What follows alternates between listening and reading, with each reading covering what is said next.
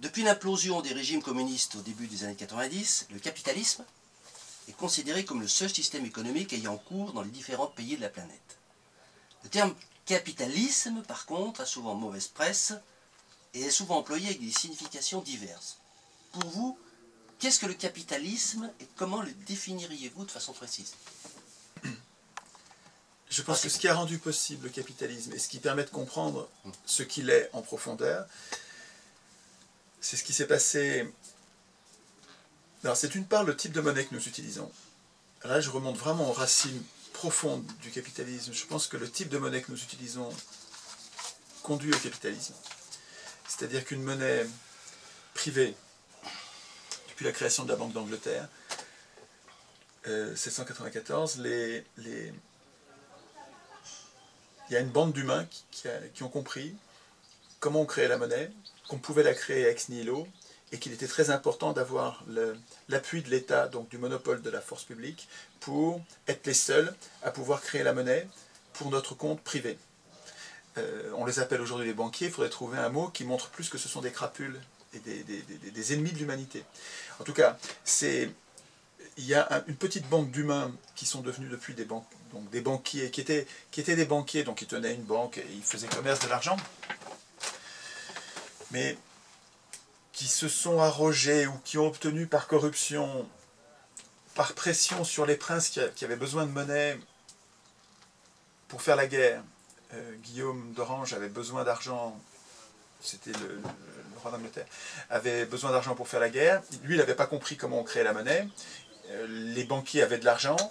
Les banquiers ont donné de l'argent aux princes en disant « Ok, on vous donne tout notre or, vous allez pouvoir faire votre guerre. Mais en échange, nous allons nous constituer en une association qu'on va appeler, et il est important que ça s'appelle Banque d'Angleterre. C'est le début du capitalisme. Hein.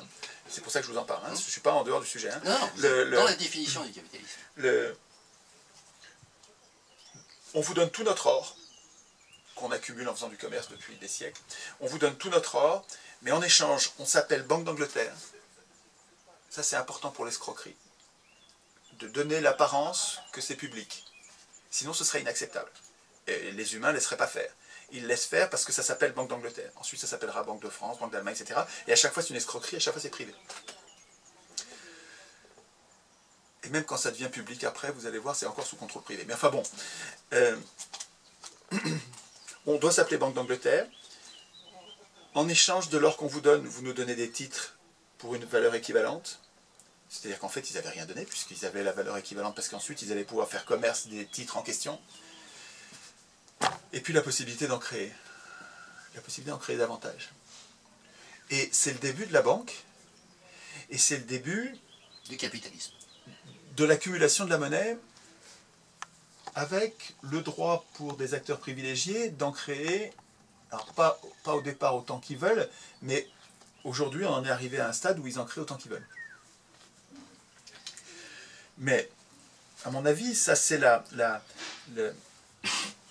une monnaie donc privée, rare, parce que ces gens-là savent bien qu'ils ne gardent leur pouvoir que si la monnaie qu'ils se sont donnés, qui se sont arrogés le droit de créer est rare, parce que c'est la rareté de la monnaie qui rend possible leur chantage par rapport à toute la société. Les banquiers ne peuvent faire chanter la société que parce que la monnaie est rare et parce qu'ils en sont les producteurs. C'est absolument majeur pour comprendre la tenaille dans laquelle on est, ça. Je veux dire, nous sommes la proie des banquiers parce que nous les laissons créer la monnaie, et cette monnaie, ils la créent en trop petite quantité pour nous. Pour eux, ils s'en créent des quantitative easing, ils appellent ça. Mais c'est pour eux. Quand on crée des milliers de milliards là en ce moment, c'est pour eux, c'est pas pour nous.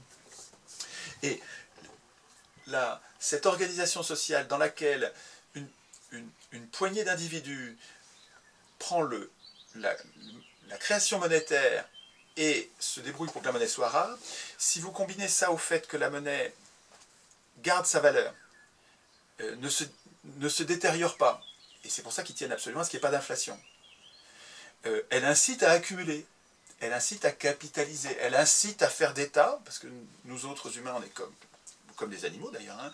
On se projette sur l'avenir, on sait qu'on va manquer, par peur de manquer, on fait d'État, des provisions provisions, et on fait aussi des provisions d'argent. Et quand on fait des provisions d'argent, quand on fait des tas d'or, on en prive, si l'or est rare, si la monnaie est rare, on en prive les autres. Et donc, une monnaie privée, rare, coûteuse, qui ne perd pas sa valeur, je pense que ce type de monnaie nous conduit, et là c'est presque, c'est anthropologiquement, c'est presque comme une loi de physique qui nous dépasse complètement. Une monnaie de cette nature nous conduit à accumuler et donne un pouvoir antisocial à ceux qui ont accumulé, à ceux qui ont trop d'or.